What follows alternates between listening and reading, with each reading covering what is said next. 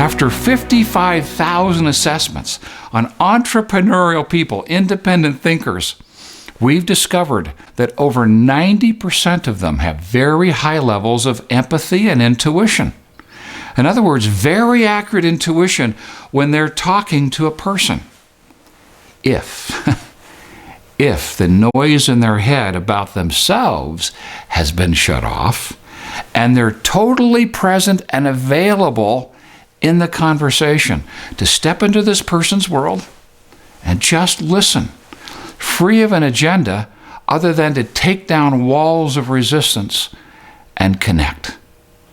So here we have this enormous strength, tremendous accuracy, but we have a little bit of a challenge because an equal number have challenges in self-esteem. Because entrepreneurs have a tendency of creating expectation. And when expectation is unmet, they have a tendency to turn inward and blame themselves. I can almost touch it. I can almost taste it. Why can't I have it? What's wrong with me? They can question their very worth and worthiness. Have I done something along the way that's creating this? Is there something I don't know, a lack of ability? Is it my character? Is it my contribution? Is it that thing I did a few years ago I just still carry a lot of guilt and shame about? Could it be that?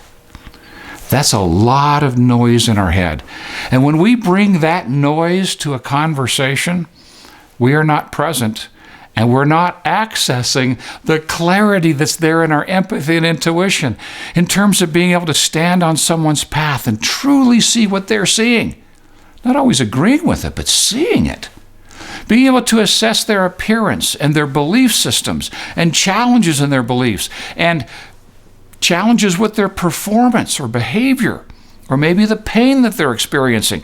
We're not picking up the subtleties because we've got too much noise going on in our head.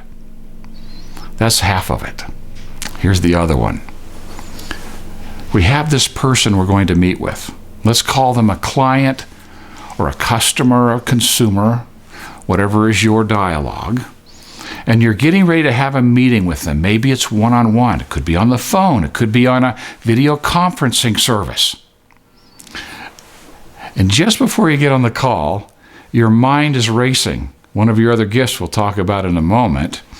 And you're creating an expectation for how this is going to turn out. There's even a risk. If they buy, and they buy this much, and I make that much, and if they would, and this would happen, and pretty soon, we're buying and installing carpet in our house, that proverbial carpet, and we haven't even had the meeting. Unmet expectation. And we bring this dialogue that we've had to the conversation. Now, here's the challenge. This is a really subtle one. The person we're talking to and us have what are called mirror neurons, like mirror, mirror on the wall. They reside primarily in our amygdala, our fight or flight center. It's like a highly developed radar system. They pick up very subtle signals. Well, if we're in person or on a video conference, our face, which has 200 sets of muscles, 2 to the power of 200 minus 1. That's the algebra for how many different combinations there could be in my facial expressions. Mirror neurons can read every one of them. Tone and tenor of my voice, posture of my body. If I'm on the phone, it's just tone and tenor of my voice. They can pick up that subtlety. In other words, the thoughts we had before we came leak out on our face, leak into our energy, our posture, the tone and tenor of our voice, and that person's mirror neurons are picking up our true intention. Maybe we just want life to be easier, less stressful.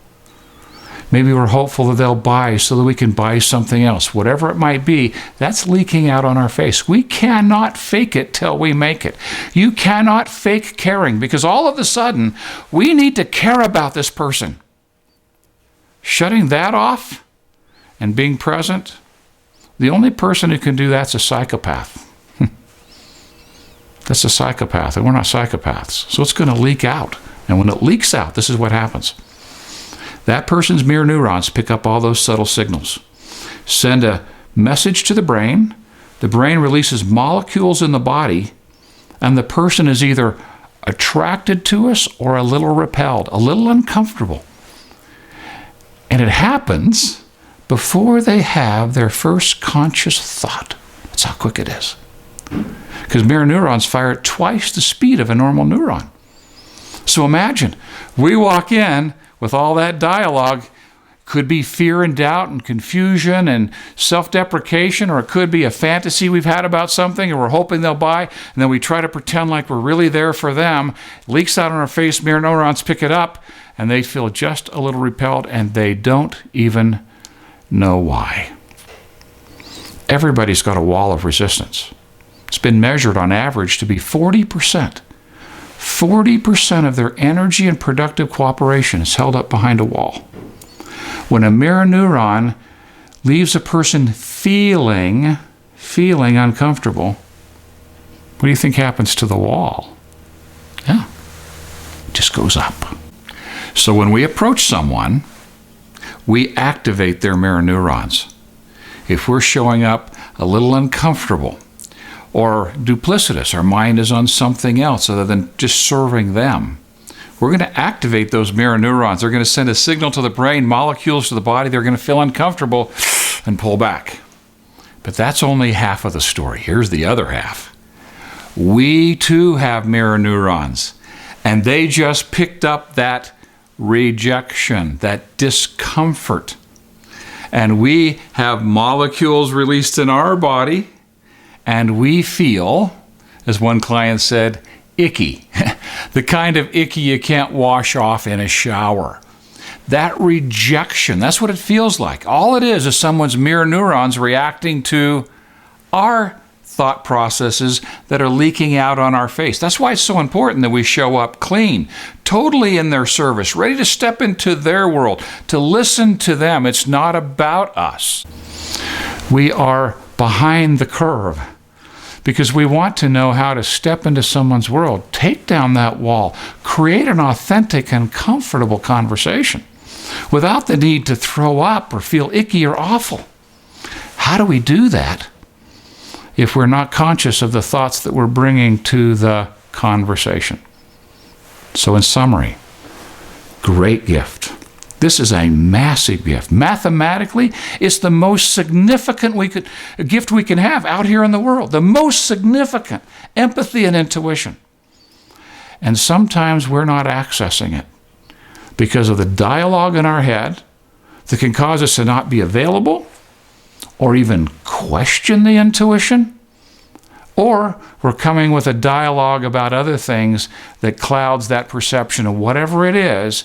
Those mirror neurons are picking up something, and it's not attractive. Signal to the brain, molecules to the body, they feel uncomfortable. We don't want to be in this place. It's time to learn how to maximize your empathy and intuition so that you can have those comfortable, genuine, authentic conversations.